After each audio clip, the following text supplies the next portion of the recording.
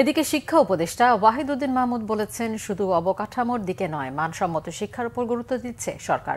একই সাথে স্কুলের ম্যানেজিং কমিটিতে থাকতে হলে বিএ পাস এবং কলেজের ক্ষেত্রে মাস্টার্স পাস হতে হবে। এদিকে স্বাস্থ্য সম্পর্কে জনসচেতনতা বাড়ানো আর এই খাতে উন্নতি ঘটাতে আইনের যথাযথ প্রয়োগ নিশ্চিতের তাগিদ দেন স্বাস্থ্য উপদেষ্টা নূরজাহান বেগম। জেলা প্রশাসকদের সঙ্গে নিজ নিজ মন্ত্রণালয়ের অধিবেশন শেষে এই তথ্য জানান তারা। শুভ মাহফুজের রিপোর্টে বিস্তারিত। রাজধানীর ওসমানী স্মৃতি মিলনায়তনে ৩ দিনব্যাপী জেলা প্রশাসক সম্মেলনের প্রথম দিনের দ্বিতীয় অধিবেশনে জেলা প্রশাসকদের সাথে ধারাবাহিকভাবে মতবিনিময় করেছেন শিক্ষা ও স্বাস্থ্য উপদেষ্টা। প্রথম বৈঠকে শিক্ষা খাতের নানান দিক নিয়ে আলোচনা করেন শিক্ষা উপদেষ্টা। এতে মানসম্মত শিক্ষার গুরুত্ব, শিক্ষকদের মান উন্নয়ন, চলতি মাসের মধ্যে দেশের সব প্রতিষ্ঠানে শতভাগ বই পৌঁছানো এবং স্কুল কলেজগুলোতে ম্যানেজিং কমিটির সদস্যদের ন্যূনতম শিক্ষাগত যোগ্যতা সহ বেশ কিছু গুরুত্বপূর্ণ বিষয়ে জেলা প্রশাসকদের মতামত নেয়ার কথা জানান শিক্ষা ও পরিকল্পনা উপদেষ্টা ওয়াহিদউদ্দিন মাহমুদ। স্কুলের পরিচালনা পরিষদে থাকতে হলে অন্তত বিএ পাস হতে হবে এবং কলেজের পরিচালনা পরিষদে থাকতে হলে অন্তত মাস্টার্স ডিগ্রি থাকতে হবে। শুধু অবকাঠামো তৈরি করে খালি পড়ে থাকা বা মানসম্মত শিক্ষা না দেওয়ার থেকে বরং অবকাঠামোর কিছু ঘাটতি থাকলেও যাতে শিক্ষার মান উন্নত হয়, যাতে শিক্ষকরা আরেকটু ভালো সুযোগ সুবিধা পেতে পারেন।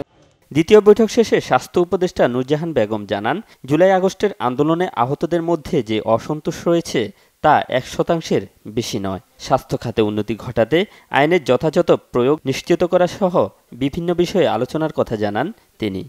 হাইপারটেনশন হচ্ছে, ডায়াবেটিস হচ্ছে, এগুলোর কারণগুলো কি কারণ এগুলো হয় এবং সেটার জন্য কি আমরা পদক্ষেপ নিতে পারি, কিভাবে মানুষের মধ্যে অ্যাওয়ারনেস রেজ করতে পারি, টোবাকো নিয়ে আমরা কি করতে পারি, বাচ্চারা ছোটো ছোটো বাচ্চারা এখন ই সিগারেটে অভ্যস্ত হয়ে যাচ্ছে, সেগুলো নিয়ে আমরা কি করতে অ্যাওয়ারনেস রেজ করতে পারি। এবং আইন এবং আইনের প্রয়োগ, আমাদের আইন আছে অনেক ক্ষেত্রে, কিন্তু আইনের প্রয়োগটা নাই। সেই আইনের প্রয়োগটা দিয়ে আমরা কী করে যারা দুষ্টুমি করছে তাদেরকে কীভাবে শাস্তি করা যায় সেটা আমরা বলার চেষ্টা করেছি।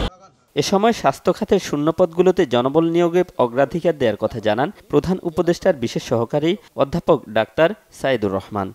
এন্ট্রি পোস্টেই আমাদের ৫,০০০-এর চেয়ে বেশি পদের ঘাটতি আছে।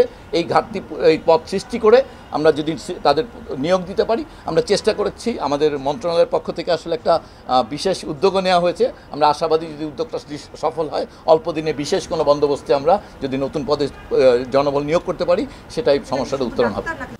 ওষুধের মান বাড়াতে সব জেলায় মিনি ল্যাব প্রতিষ্ঠার পাশাপাশি মেডিকেল কলেজগুলোর ল্যাবের ব্যবহার নিশ্চিতের তাগিদও দেওয়া হয় বৈঠকে। শুভ মাহফুজ, বাংলা ভিশন, ঢাকা।